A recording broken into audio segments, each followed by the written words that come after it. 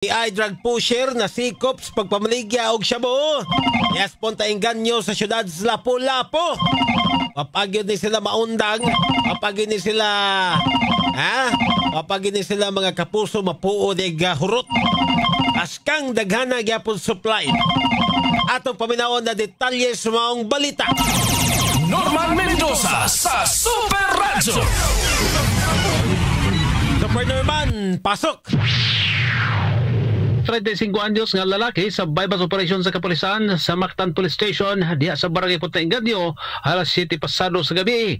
Ang sospitsado nagpuyo sa sugutang barangay. Nasakbit sa kapulisan gikan ganiya mao ang gibanang 5 gramos sa gituang shabu nga mobalor og 34,000 ka pesos. Ang mga sakop sa Presinto 2 Mactan Police Station sa Dakbayan sa Lapu-Lapu pinanguluhan ni Pulis Lieutenant John Victor Micabalo mo'y mihimo sa maong drug operation.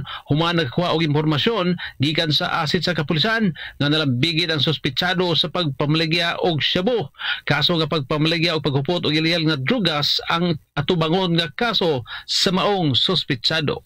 Kini Super Norman Mendoza sa GMA Super Radio DYWS, dapat totoo.